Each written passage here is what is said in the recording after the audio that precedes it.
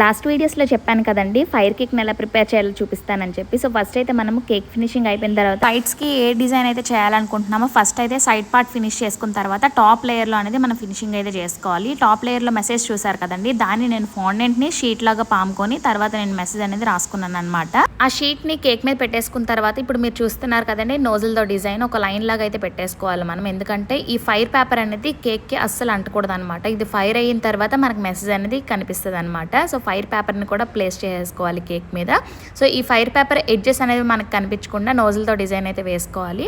ఈ fire paper మీద నార్మల్గా మనము ఎడిబుల్ స్కెచ్ ఉంటుంది కదండి, ఎడిబుల్ మార్కర్ అంటారు. సో దాంతోనైతే నేను ఇలా రాసుకున్నాను అనమాట, హ్యాపీ 12th యానివర్సరీ అని చెప్పి. సో కస్టమర్ మనకి యానివర్సరీ థీమ్లో కావాలని చెప్పారు కాబట్టి ఆ టైప్లో అయితే డెకరేట్ చేశాను. ఈ కేక్ మీకు ఎలా అనిపించిందో కామెంట్ సెక్షన్లో చెప్తారని అనుకుంటున్నాను. మరిన్ని మంచి వీడియోస్ కోసం మన ఛానల్ని సబ్స్క్రైబ్ చేసుకోండి. కేక్ ఫినిషింగ్ అయితే కంప్లీట్ అయిపోయిందండి. ఈ కేక్ని అయితే నేనే డెలివరీ చేస్తున్నాను. ప్రజెంట్ అయితే ఆర్డర్స్ తీసుకోవట్లేదండి, ఇదైతే ముందు చేసిన కేక్ అనమాట.